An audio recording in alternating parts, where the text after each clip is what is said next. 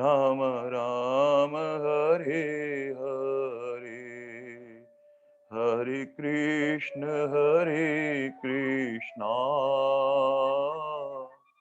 कृष्ण कृष्ण हरे हरे, हरे राम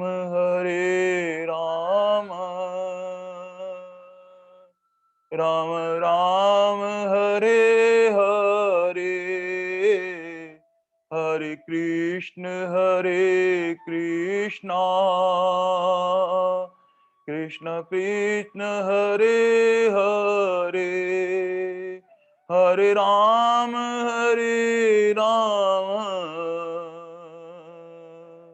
राम राम हरे हरे, हरे कृष्ण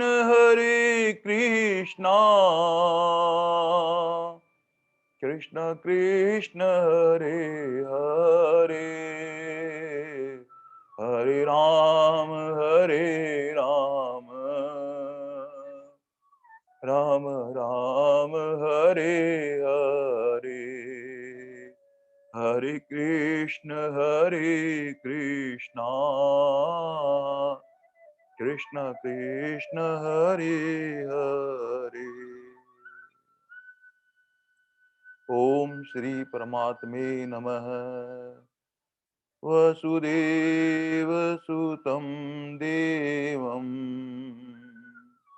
कंस चाणूरमर्दनम् देवकी परमानन्दम् कृष्णं वन्दे जगद्गुरुम्। अजोऽपि सन्न्यस्तात्मा भूतानामीशरोऽपि सन् प्रकृतिं स्वामिधिष्ठाय सम्भवामि आत्मया।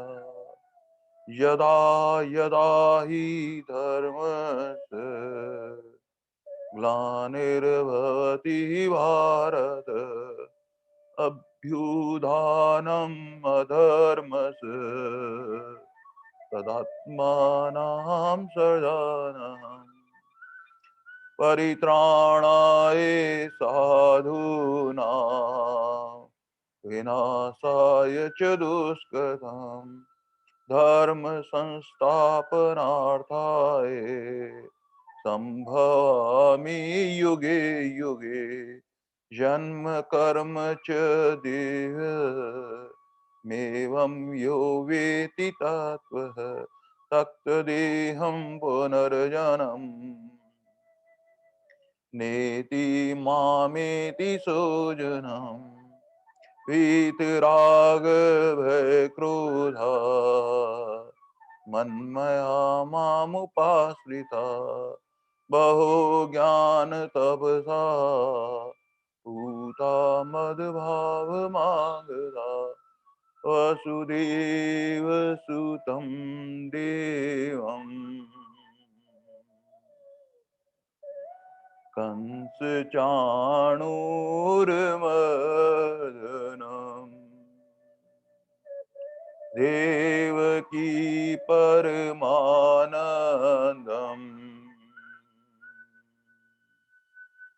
कृष्णं वन्दे जगद्गुरुम्। श्रीकृष्णं वन्दे जगद्गुरुम्। हे नाथ हे मेरे नाथ, मैं आपको भूलूं नहीं। हरि शरण। नारायण नारायण नारायण नारायण नारायण।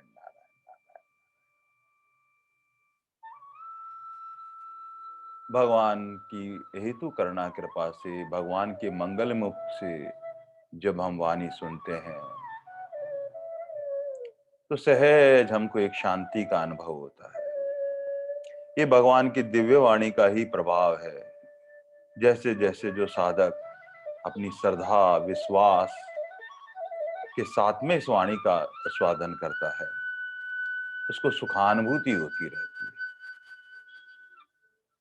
धीरे धीरे भगवान की दिव्य वाणी जो है हमारा आत्मसात होने से, हमारे जीवन में उतरने से, गीता के अनुरूप सारे कर्म करने से हमारा कल्याण कर देती है। भगवान का प्रिय शिष्य अर्जुन और अर्जुन की पात्रता रखने वाले हम सब, उस पंक्ति में बैठने वाले सभी भगवान से करवत प्रार्थना करते हुए, हे प्रभु, आपकी दिव्य वाणी ऐसी अलौकिक है कि मेरा जो मन है ये और सुनना चाहता है, और सुनना चाहता है। भगवान ने राज विद्या, राजगुहा में अपने मन और बुद्धि में वो बातें जो अपने प्रिय जो सखा उसको प्रकट कर रहे थे, और जो जो उसकी पंक्ति में बैठने वाले भक्त है वो सब आत्मसात करते जा रहे थे। लेकिन भगवान का जो प्यारा भक्त होता है, भगवान उस पर और अमृत उड़ेलना चाहते हैं। और अमृत उड़ेलने का मतलब ये है, जैसे कोई बछड़ा गौ मैया के पास में आता है तो क्या होता है, जैसे ही बछड़ा आया तो गौ माता के शरीर में जितना दूध होता है वो सारा थनों में उतर आता है, और पिलाना चाहते हैं भगवान। भगवान जब विज्ञान सहित ज्ञान का वर्णन कर रहे थे, और करते करते करते करते देखा कि अर्जुन तो बहुत जिज्ञासु है, बस भगवान वो पात्रता देखते हैं, और पात्रता देखने से भीतर ही सहज ही भगवान की कृपा होने लगती है। और भगवान की कृपा होने से फिर और मन आकृष्ट होना चाहता है, और भगवान की कथा सुनना चाहता है, और भगवान की वाणी सुनना चाहता है। इसलिए भगवान यहाँ पर विभूति योग, आहा हा हा हा, विभूति माने विशेष सामर्थ्य जो होता है, उसका जो योग होता है, ये भगवान की जो सामर्थ्यता है वो भगवान का प्रभाव है, भगवान का तत्व है, भगवान का ऐश्वर्य है, भगवान का माधुर्य है, भगवान का जो बल है, ये सब भगवान की सामर्थ्य है, और सारा जो समावेश होता है वो योग बन जाता है। और योग में से प्रकट होने वाला जो ऐश्वर्य है वो विभूति कहलाता है। और भगवान अपने विभूति योग से अर्जुन को सरोबार करना चाहते हैं। वी माने विशेष, भूति माने ऐश्वर्य, योग माने सामर्थ्य, यही विभूति है। विशेष ऐश्वर्य और सामर्थ्य भगवान अपने प्यारे भक्त को प्रकट करना चाहते हैं, इसलिए विभूति योग इतना प्यारा है कि जो हमारे ठाकुर जी है ना, जो मंदिर में विराजमान है, जिनकी हमें अपनापन हो जाता है, जिनसे हमारा प्रेम हो जाता है, वो बहुत प्यारे लगने लगते हैं, मीठे लगने लगते हैं। लेकिन हम क्या मानते हैं, ये हमारे लड्डू गोपाल हैं, ये छोटे हैं, जैसा भाव करते हैं ठाकुर जी वैसे बन जाते हैं। पर मंदिर में विराजने वाले ठाकुर जी इतने ही छोटे नहीं हैं, वो सब सामर्थ्य लेकर होते हैं, पर संपूर्ण ऐश्वर्य उनमें है। बस उनकी जो विभूतियां हैं, जब हम सरल हृदय से सारी बातें विभूतियां सुनते हैं, तब उस विराट स्वरूप परमात्मा का दर्शन होने लगता है कि अरे, मेरे मंदिर में विराजमान ठाकुर जी जो है वो इतने ही नहीं है, ये तो विराटता लिए हुए है। इनकी सामर्थ्य, इनकी योग्यता, इनका ऐश्वर्य, इनका माधुर्य, इनका बल, इनका ज्ञान, इनका वैराग सब परिपूर्ण है। अनंत कोटि ब्रह्मांड नायक मेरे प्रभु है।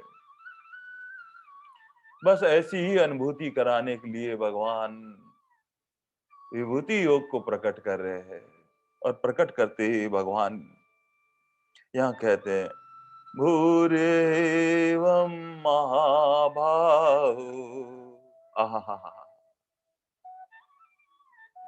भगवान कहते हैं अर्जुन, फिर से हे महाबाहो, फिर से मेरे सुनु में परम वचन। फिर से मेरे परम वचन जो प्रभाव व्यक्त को सुन। भगवान अर्जुन को यहाँ पर महाबाहो कहते हैं। आहा, महाबाहो कौन है? जो अर्जुन युद्ध में विजय के उद्देश्य से आया हुआ है कि मेरी विजय होगी या पराजय होगी, हे प्रभु। लेकिन ऐसा करते करते धीरे धीरे धीरे भगवान से इतना आकृष्ट हो गया है, जो संसार में आसक्ति थी वो भगवान में जुड़ने से भक्ति बन गई है।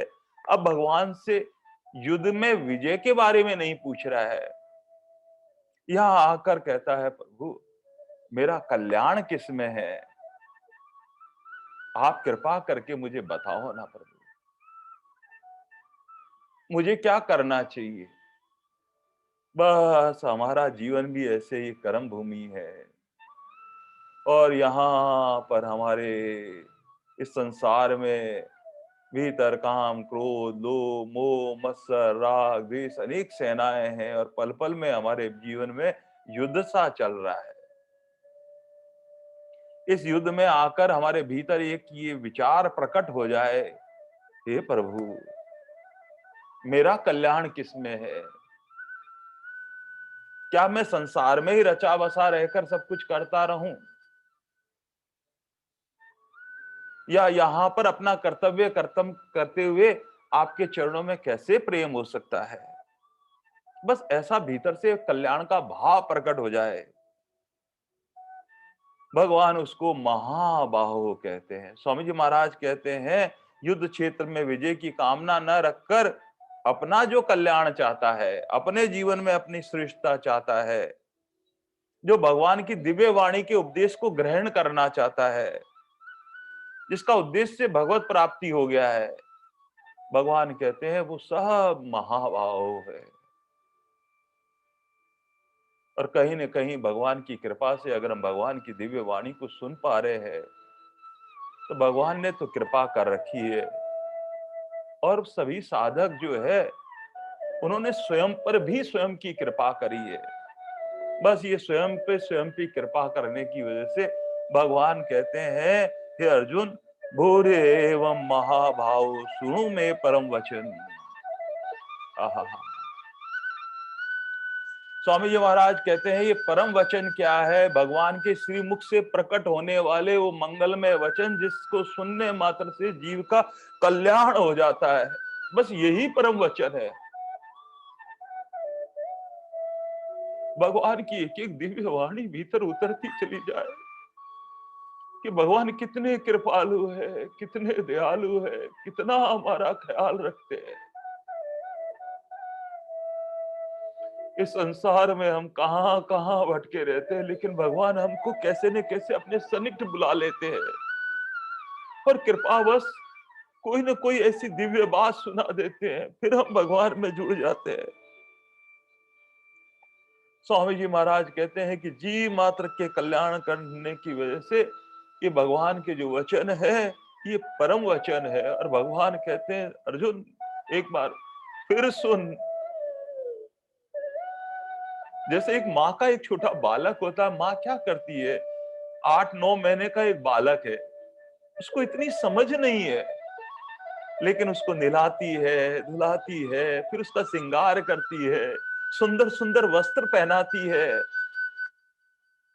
वस्त्र पहनाने के बाद में उसकी टीकी करती है, काजल लगाती है और फिर निहारती है।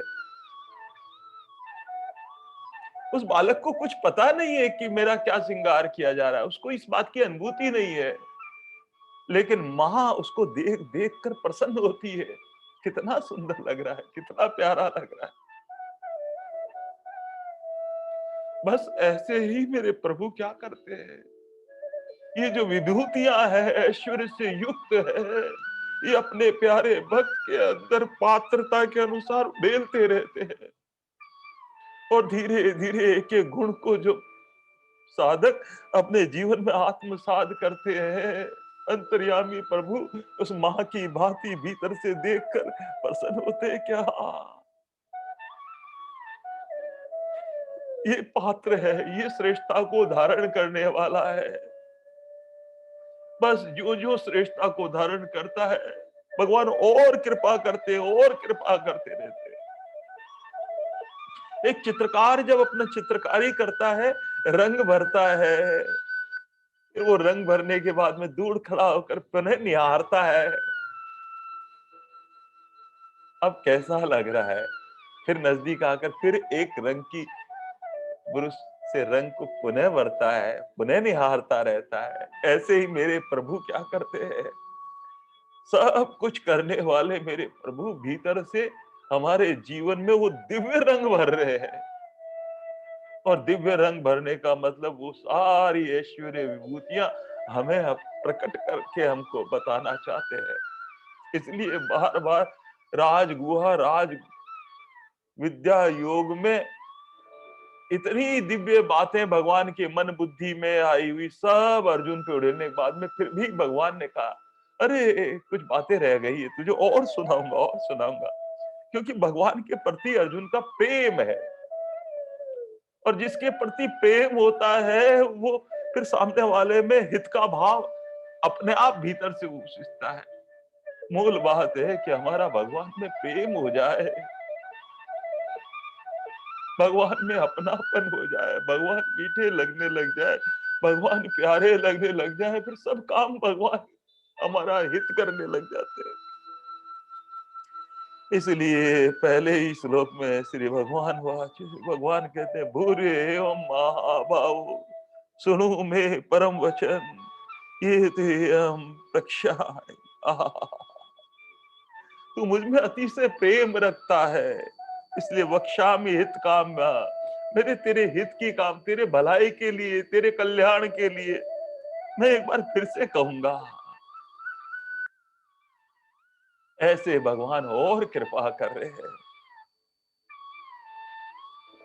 भगवान की वाणी जीव में विशेष परहित भरा हुआ है, कल्याण ही कल्याण भरा हुआ है।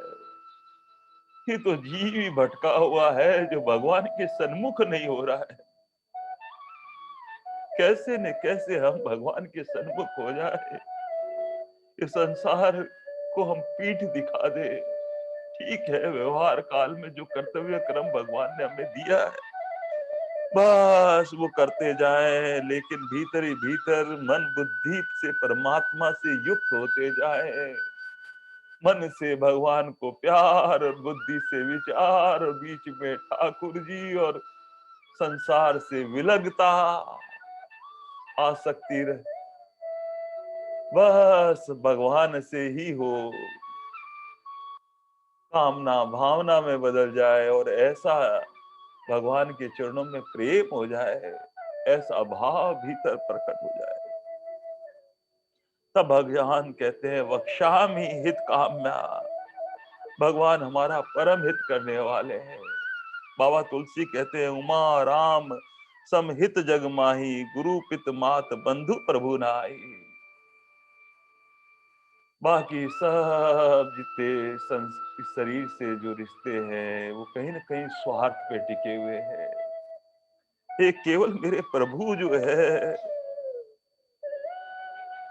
वो निस्वार्थ भाव से हमारे पर कृपा करते हैं। भगवान कहते हैं अर्जुन तेरे भीतर प्रेम है, और बस इसीलिए मेरे भीतर हित के भाव उमड़ पड़ते हैं। इसलिए मैं तुझे विज्ञान सहित ज्ञान जो है पुनः कहूंगा। और भगवान कहते हैं अरे अर्जुन तू परम वचन फिर से सुन। परम वचन मतलब अल्टीमेट ट्रूथ, उसको जानने के बाद कुछ जानना बाकी ना रहे। और भगवान कहते कहते दूसरे श्लोक में यही कहते हैं कि अर्जुन भक्ति संबंधी परम वचन ये है कि कोई मुझे जानता नहीं है।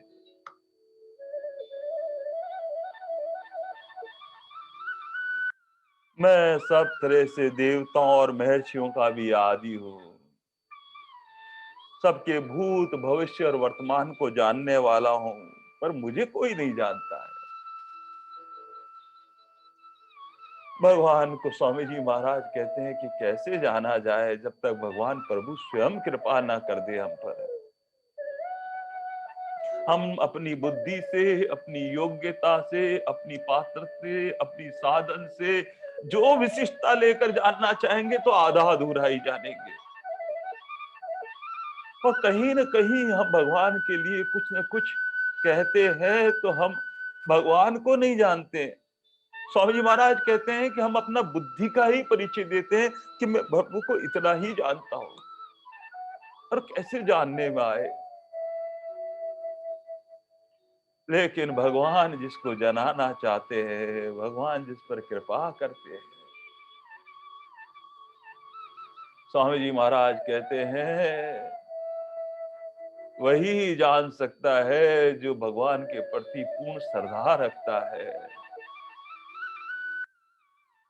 भगवान के प्रति विश्वास रखता है और जिस पर भगवान की कृपा हो जाती है, तब भगवान जानने में आते हैं। कैसे है मेरे प्रभु? बस भगवान कहते कहते दूसरे श्लोक में कहते हैं, ने में विदुषर गुणा प्रभावम न महस्यम् अहमादिदेवानां महस्यान् च सर्वस्य। हे अर्जुन, मेरी उत्पत्ति और लीला को प्रकट होने को न तो देवता लोग जानते हैं, न महर्षि जन जानते हैं, क्योंकि मैं सब प्रकार देवता और महर्षियों का आदि कारण हूं। आदि अनादि कारण है। इस सृष्टि से पहले भी मेरे प्रभु, मध्य में भी मेरे प्रभु और अंत में भी मेरे प्रभु है। इसलिए सह भगवान कहते हैं, न तो देवता जानते हैं न महर्षि जानते हैं, लेकिन जो अरण्य शरण होकर भगवान का प्यारा भक्त होता है वो प्रभु को जान जाता है। रामायण में हम सुनते हैं केवट जो है भगवान से कहता है, प्रभु मैं आपका मर्म जानता हूं। ये मर्म कहां से जानता है? भगवान की कृपा से जानता है। उसकी श्रद्धा और विश्वास से भगवान की कृपा हुई, जो भगवान का मर्म जानता है। रात को पहरा देते देते लक्ष्मण जी के मुख, श्री मुख से प्रकट होने वाली लक्ष्मण गीता में सुन लिया था कि ये राम जी जो है ये परब्रह्म परमात्मा है, अनंत कोटि ब्रह्मांड नायक है, चराचर सृष्टि में वही व्यापक है। बस एक बात भीतर उतर गई और वो जान गया कि प्रभु है। अब कुछ जानना बाकी नहीं रहा। इसलिए भगवान ने कहा, अर्जुन जो मुझे ऐसे जान लेता है उसके सारे पाप खत्म हो जाते। एक बहुत सूक्ष्म बात स्वामी जी महाराज कहते थे कि नाम लेने से पाप कटते हैं, पर यहाँ भगवान कह रहे हैं जो मुझे तत्व से जानता है वो पापों से मुक्त हो जाता है। गीता जी में भगवान ऐसा ही कहते हैं और तीसरे श्लोक में भगवान कहते हैं, यो माम अजम अनादि च वेति लोक महेश्वरम। आहा, मेरे प्रभु कैसे हैं? तत्व से जो जानता है वो कहते हैं मेरे प्रभु जो है सर्व शक्तिमान है, सच्चिदानंद घन है, परमात्मा है, अज है, अविनाशी है, सब भूतों के परम आश्रय है, परम गति वही परमात्मा है। पर वो परमात्मा प्राणी मात्र का उद्धार करने के लिए, धर्म की स्थापना करने के लिए अपनी प्रकृति को अधीन करके सगुण साकार रूप में प्रकट हो जाता है। इसलिए मेरे प्रभु जैसा कौन सुहृद है, कौन प्रेमी है, कौन पतित पावन है,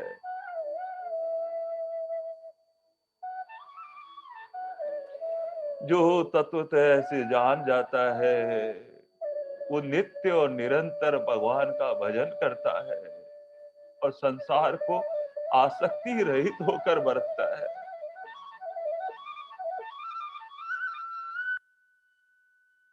सब काम प्रभु की प्रसन्नता के लिए करता रहता है। नित्य चिंतन करता रहता है। तो धीरे धीरे धीरे धीरे चिंतन करता करता करता वाणी मौन हो जाती है। चुप साधन बनने लगता है। ये बहुत बहुत उच्च कोटि की अवस्था है। स्वामी जी महाराज कहते थे, बहुत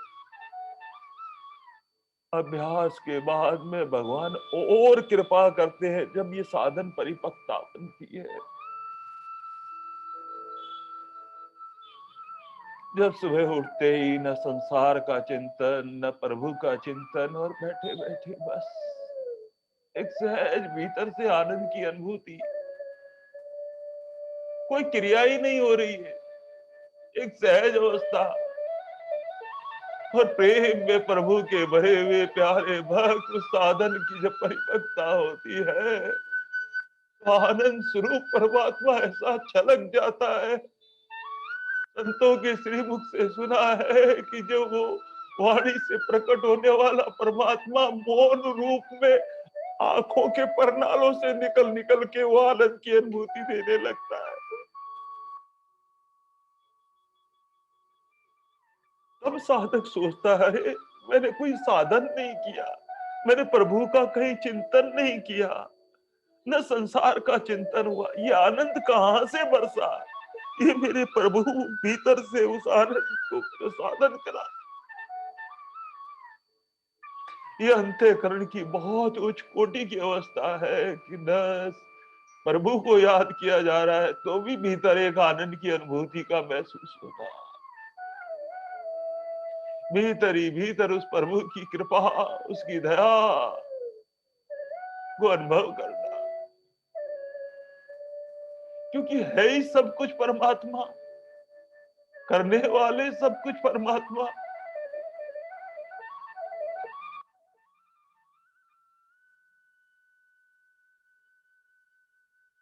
भगवान कहते हैं, हे अर्जुन, जो मुझको अजन्मा जन्म रहित अनादि जानता है।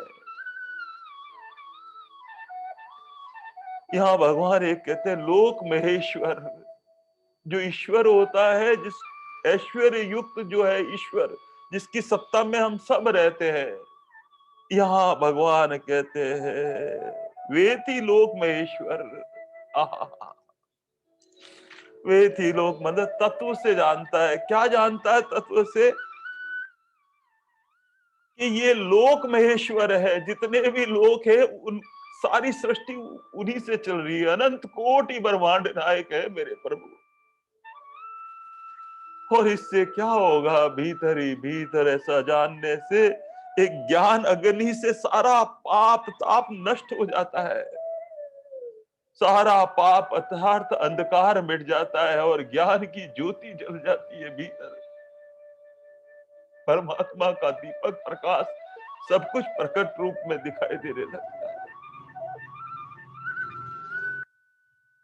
भगवान ऐसे कहते कहते यहाँ पर अपनी ऐसी विभूति के अमृत पिलाने के लिए अर्जुन को कहते हैं, अर्जुन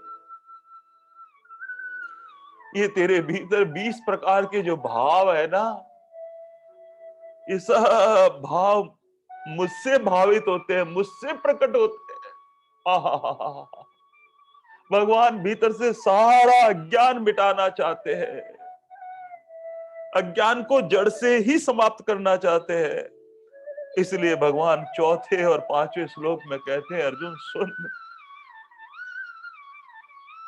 बुद्धि ज्ञान समोह। माँ के गर्भ से धीरे धीरे बढ़ते बढ़ते हम सोचते हैं अरे हमारी बुद्धि कितनी परिपक्व हो रही है, और बुद्धि परिपक्व होने से हमें ऐसा लगने लगता है क्या कर्तव्य है, क्या कर्तव्य है, क्या ग्राह्य है, क्या अग्राह्य है, क्या भला है, क्या बुरा है, ये सब का निर्णय करने वाली जो वृत्ति होती है उसे बुद्धि कहा जाता है। और हमें लगता है कि जो ये बुद्धि है ना मेरी है, मैं निर्णय कर पाता हूँ, मैं सत्य बोलता हूँ, मैं ईमानदार हूँ, मैं ऐसा निर्णय करता हूँ, मेरे में ऐसी बुद्धि है कि मैं पैसा कमाना जानता हूँ, मैं सबको कुछ भी बना सकता हूँ, ऐसी बुद्धि। भगवान कहते हैं रे अर्जुन, ये बुद्धि जो वर्ती है, भाव है, ये मैं देता हूं। लेकिन भगवान का प्यारा भक्त होता है, वो जान जाता है कि बुद्धि में जो कुछ प्रकट हो रहा है वो तो प्रभु प्रभु प्रभु प्रभु स्वयं कृपा करके प्रकट कर। इस बुद्धि से हमें लगता है कि हम कुछ श्लोक याद कर लेते हैं, इस बुद्धि से हमें लगता है कि हमें कुछ चीजें याद होने लग गई है, ये मैंने साधन किया है, मैं नित्य करता हूं ऐसा, तब ऐसा होता है। भगवान कहते हैं नहीं नहीं नहीं अर्जुन नहीं।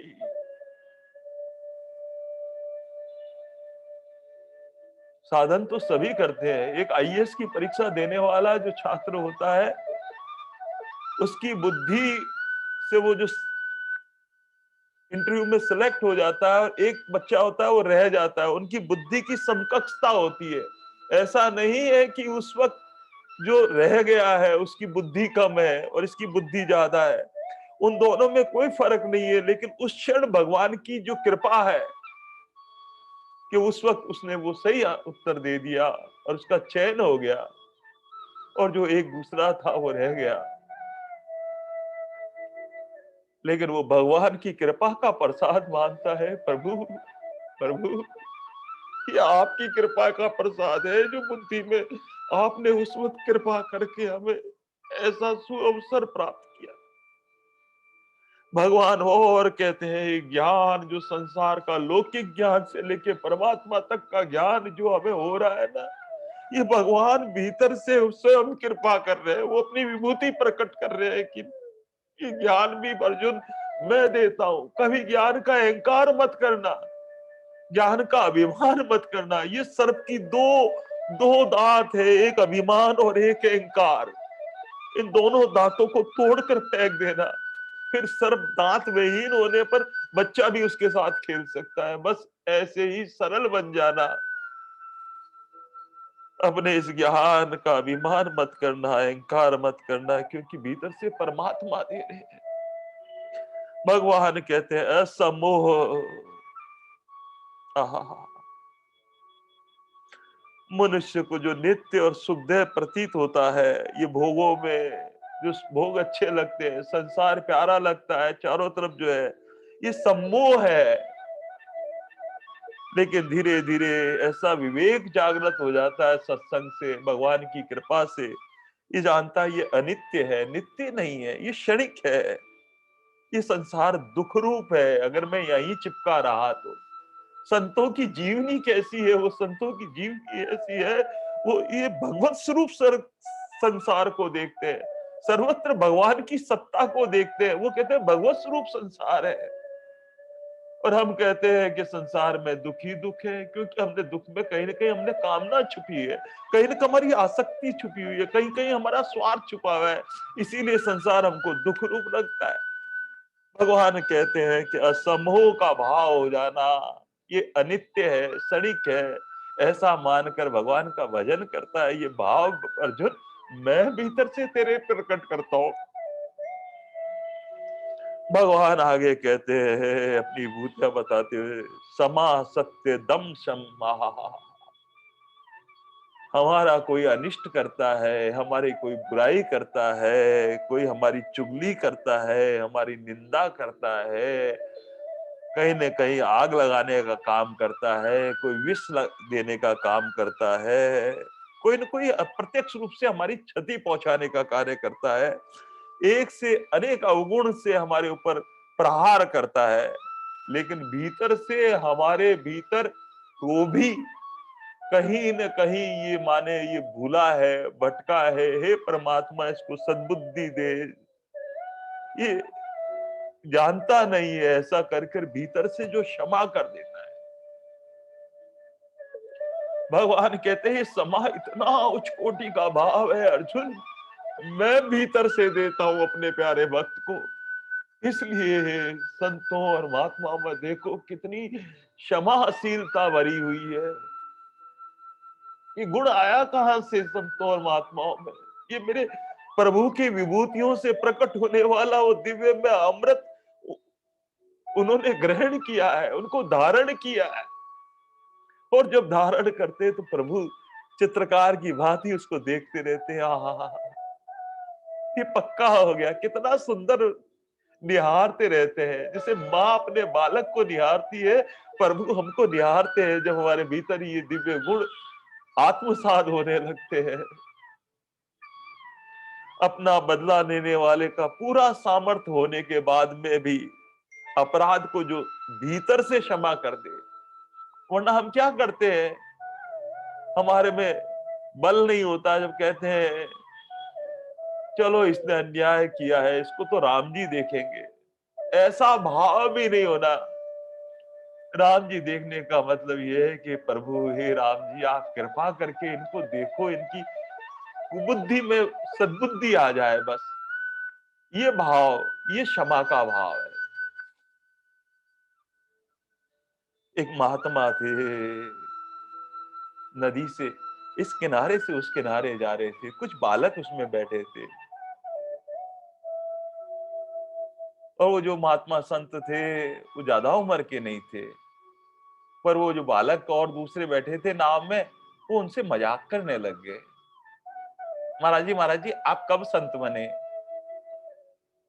हाथ में कुछ मूंगफली थी, मूंगफली खाएंगे महाराज जी? ये लो ऐसे करके फेंक रहे थे। महाराज जी आप चोटी क्यों रखते हो? महाराज जी यूं कर रखते हो। और कुछ पानी उछाल रहे थे पास में नाव से, महाराज जी पे ऐसे मजाक सी करने लगे।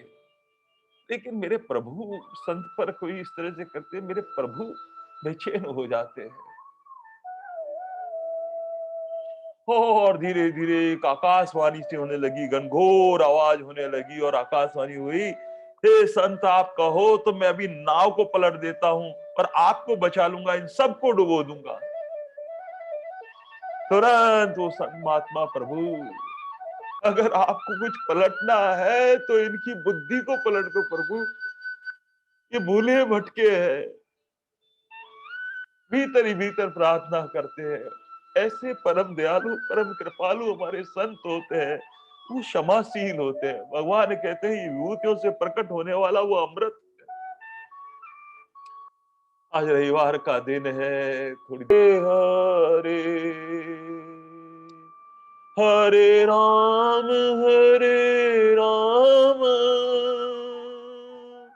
राम राम हरे हरे,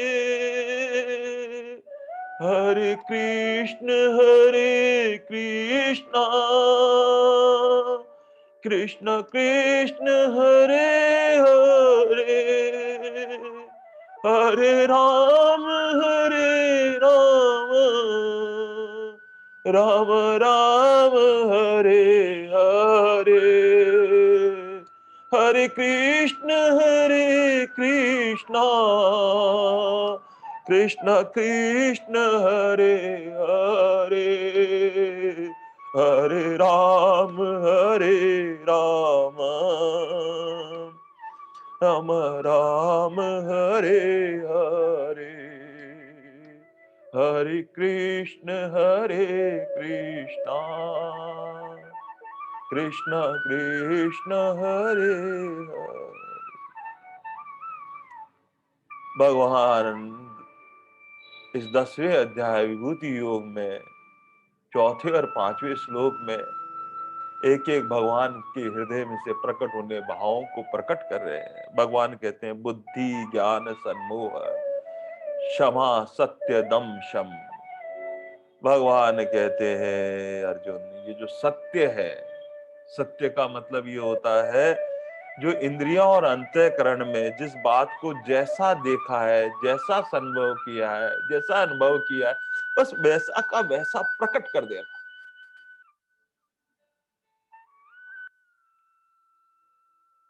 हमारी दशा क्या होती है। हम बात को या तो इतनी बढ़ाकर पेश करते हैं, या इतनी संसार में जब बात करते हैं, जैसी घटना होती है उसका परिप्रेक्ष्य ही बदल देते हैं। भगवान कहते हैं कि जब भक्त के भीतर से प्रकट होने वाला भाव सत्य के रूप में प्रकट होता है, तो संतों के श्रीमुख से सुना है, उनके मुख से निकलने वाला शब्द ऐसे निकलता है जैसे बर्फ की सिल्ली के नीचे से निकला हुआ शब्द हो, जो शीतलता प्रदान करता है, जो सामने वाले को सुख पहुंचाता है, जो हित के काम में से होता है, जिसके बोलने से सामने वाले के भीतर भगवान के प्रति प्रेम प्रकट हो जाता है। ऐसा कोई भाव लिया हुआ इंद्रियों और अंतःकरण में जो बात आती है प्रभु की, बस वैसा का वैसा प्रकट कर देता है। भगवान कहते हैं ये सत्य रूप में प्रकट होने वाला शब्द रूप परमात्मा मैं भक्त के भीतर से प्रकट करता हूं। ये भगवान की कृपा है। भगवान आगे कहते हैं दम और शम। ये दम जो है, जो हमारे जितने भी विषय है, विषयों की दौड़ने वाली जो हमारी इंद्रियां हैं, ये ज्ञानेंद्रियां, ये कामेंद्रियां, ये इंद्रियों के विषयों में भागती रहती है। लेकिन भगवान का सत्संग मिल जाए, संतों का सानिध्य मिल जाए, भगवान की वाणी सुनने को मिल जाए, धीरे धीरे भगवान की बात भीतर आत्मसात होने लग जाए, और फिर क्या करते हैं ये हमारी इंद्रियां, अब विषय में की तरफ नहीं दौड़ती है, अब इसे खारे लगने लगते हैं और परमात्मा प्यारे लगने लगते हैं। तब मानना चाहिए हमारा ये दम जो है संयम बन पाया है। इंद्रियों और इंद्रियों को दौड़ने वाले विषयों में इंद्रियों को रोक लेना, ये दम कहलाता है। ऐसे ही शम कहलाता है। सम क्या होता है कि मन को भली भांति संयम में कर लेना, शम कहलाता है। सारी दुनिया को मन ने ठग रखा है, लेकिन जो मन को ठग लेता है वो प्रभु का प्यारा होता है, वो भगवान का प्यारा भक्त होता है। जैसे ही मन से उठने वाला विचार अगर संसार का है, तुरंत कहता है नहीं, अभी आवश्यकता नहीं है इस बात की। मन में उठने वाला विचार प्रभु से ही ओतप्रोत है, बहुत अच्छी बात है, फिर वो काम वो करने लगता है, फिर प्रभु का काम है, बस यही मन को ठगना है। कल प्रातः काल रात्रि को जब सुनते हैं सत्संग प्रवचन, विचार करते हैं कि प्रभात वेला में जल्दी उठ जाएंगे, और बस विचार आते ही रात को जब सोते हैं तो प्रभु कृपा करके हमको उठा भी देते हैं। लेकिन फिर एक विचार, मन संकल्प विकल्प का एक पुंज है, और मन में ये आता है कितनी ठंड है। लोग कह रहे थे कि कल माइनस में चला गया था टेम्परेचर, इतनी ठंड में थोड़ी आधे घंटे और थोड़ा सो जाते हैं, और वो आधा घंटा कब 1 घंटा 2 घंटे में परिणित हो जाता है हमें पता नहीं लगता है। लेकिन भीतर ही कहता है नहीं, मैंने प्रभु से वादा कर रखा है, और तुरंत अपनी रजाई को हटाकर तुरंत खड़ा होकर वहां पानी का जहां स्रोत है वहां जाकर अपने मुंह पर पानी मारकर मन की नहीं सुनता, मन को ठग लेता है। भगवान कहते हैं ऐसा ठगने का जो भाव आता है भीतर से अर्जुन, वो मैं तेरे प्रकट करता हूं। मेरी कृपा तो परिपूर्णता है, तू स्वयं पर स्वयं की कृपा नहीं करता है। इसलिए इस बात का कभी अहंकार अभिमान ना हो हमारे भीतर कि अरे हम तो जल्दी उठते हैं, मैं तो प्रभात में जल्दी उठ लेता हूँ, मैं तो प्रभात में जल्दी नहा लेता हूँ, मैं तो प्रभात में संकीर्तन कर लेता हूँ, मैं प्रभात में गीता पाठ। ये कहने की बात ही नहीं है, ये भीतर धारण करने की बात है। और धारण करने के लिए यही है कि भगवान ने कृपा कर रखी है, भगवान ने ये सत्संग दे रखा है, भगवान उठा देते हैं, भगवान जगा देते हैं, कितने कृपालु है। कभी विचार करके देखे कि कल मैं प्रभात में 4 बजे उठूंगा, और घड़ी देख के उठ के देखा तो 4 बजे ही नहीं थी, एक कुछ सेकंड की देरी थी और हम उठ गए। प्रभु का याद आना चाहिए, प्रभु, हे प्रभु तेरी क्या कृपा है। काल के भी महाकाल जो संयम में कर कर हमें हम पर कृपा करते हैं, कौन उठाता है? मेरे प्रभु, मेरे प्रभु, मेरे प्रभु उठाते हैं। ये भजन कौन कराता है? मेरे प्रभु कराता है। बस इस प्रकार से अपने मन को इस संसार से विलग करके परमात्मा में जो लगाता है, संयम में लगाता है, भगवान कहते हैं सम का भाव भी मैं देता हूं अर्जुन। भगवान आगे कहते हैं सुख दुख भाव, अनुकूल जो विषय होता है उसमें हमको सुख की प्रतीति होती है, अनुकूल विषय कोई वस्तु हमें मिलती है उसमें सुख की अनुभूति होती है, और प्रतिकूल जो होती है उसमें दुख की अनुभूति होती है। लेकिन कैसी भी अनुकूलता, कैसी भी प्रतिकूलता आए और उसमें भी एक आनंद बना रहे, ये स्थिति अर्जुन मैं देता हूं भक्त के अंदर। अगर सुख आ रहा है तो भगवान की कितनी दया है, कितनी हम पर दया है, और दुख आ रहा है तो भगवान की हम पर कितनी कृपा है। मेरे पूर्व जन्म के सारे पापों को काट रहे हैं मेरे प्रभु, ऐसे परम दयालु भीतर ही भीतर से हमको शुद्ध कर रहे हैं।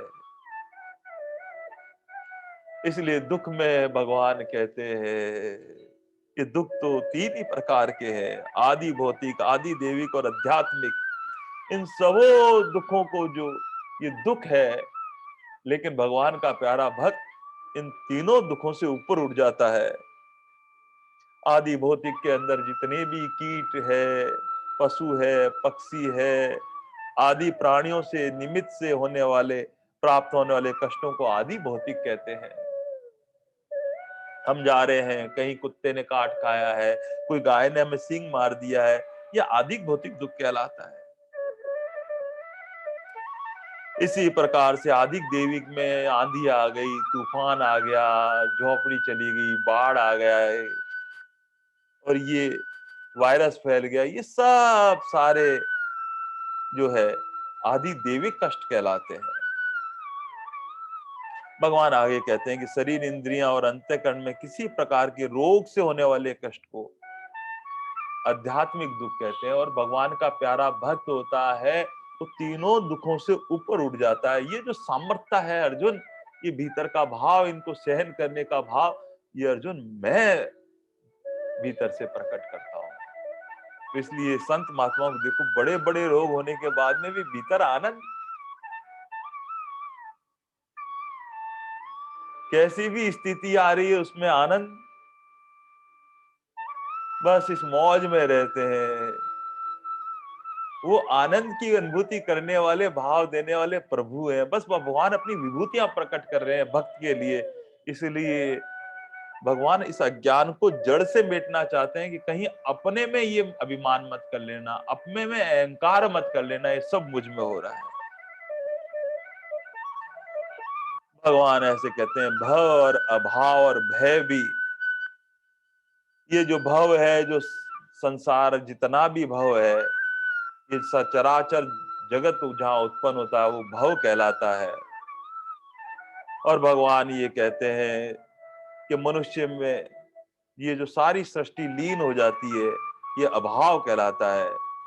हानि मृत्यु कारण देखकर अंतःकरण में उत्पन्न होने वाले जो भय होता है, वो मृत्यु का जो डर होता है उसको भय कहते हैं। लेकिन भगवान का चौरा प्यारा भक्त होता है वो तो निर्भय बन जाता है।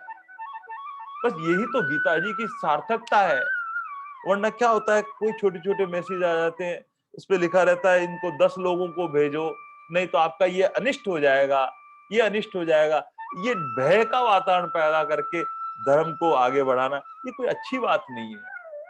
मूल बात उसमें समझे, जो भगवान का प्यारा भक्त होता है वो तो निर्भयता बनाता है, भय का सत्ता अभाव हो जाता है उसमें। प्रहलाद जी को देखो, ध्रुव जी को देखो, जिनके जीवन में ऐसा हुआ है, वो निर्भय बन गए हैं।